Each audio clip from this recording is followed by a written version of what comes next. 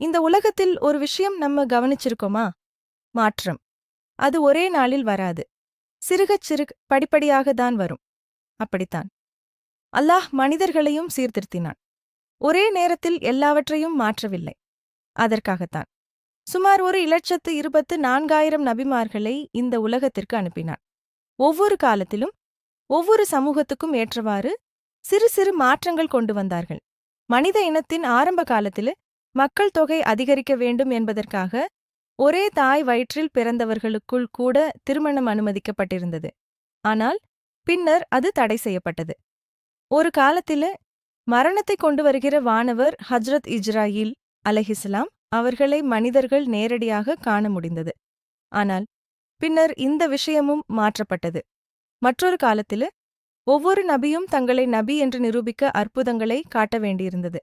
ஆனால் படிப்படியாக அதன் தேவை குறைக்கப்பட்டது. இப்படி சிறுகச் சிறுக மாற்றங்கள் மனிதர்களை தயார் செய்தது. இறுதியாக அண்ணல் நபிகள் நாயகம் ஹஜ்ரத் முஹம்மது ஸல்லல்லாஹு அலைஹி வஸல்லம் அவர்களின் காலத்தில் அனைத்து சட்டங்களும் விதிமுறைகளும் முழுமையாக நிறைவு பெற்றது.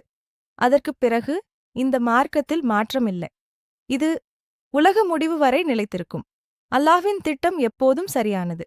அவன் மனிதனை உருவாக்கியதோடு மட்டுமில்லாமல் அவரை மெதுவாக சரியான பாதைக்கு வழிநடத்தியும் இருக்கிறான்.